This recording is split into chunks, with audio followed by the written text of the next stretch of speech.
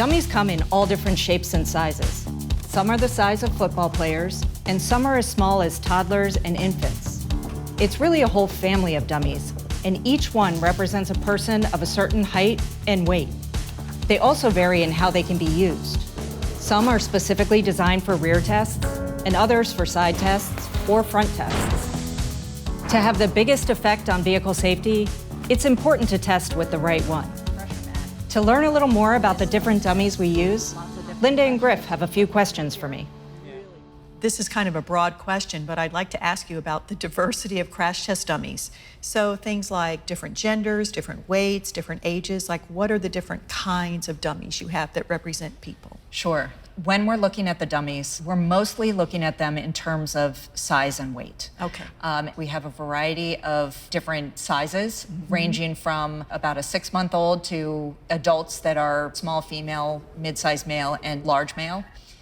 That's not to say there aren't differences in the dummies. Like, for example, the mid-sized male dummy was developed based on anthropometry of a 50th percentile male back in the 70s, and the small female is generally supposed to represent the 5th percentile of the female population of that same time. So when you say the 5th percentile female, what do you mean? It means that when these dummies were developed, 5% of the female population was that size and weight or less. But from 50 years ago?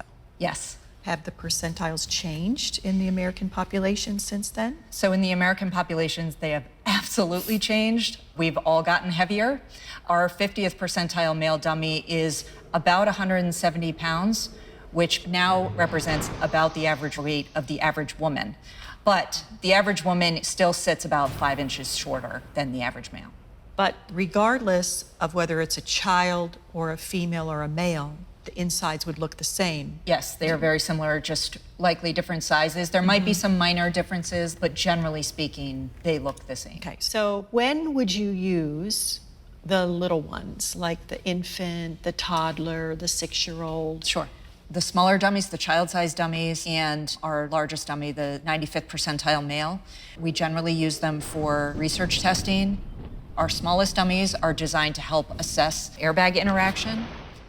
And our 6-year-old dummy, we sometimes use in research to look at how well booster seats do. Very specific testing like that we might not do in a full-scale crash test with a full vehicle. We might do it on our sled, where we can simulate a crash pulse in a more controlled environment. Okay. So the driving force is the type of crash you're using it for. Yes, and the size and weight. Like side impact test with a female dummy sitting much closer. So that's a great example with the female dummy sitting closer, and also her head sits a little bit lower than the mid-sized male. And that was really important at the start of our side impact test program, because at that time, the curtain airbags were optimized for the mid-sized male, and they weren't coming down far enough, and the inflated chambers weren't coming forward enough to protect that smaller occupant.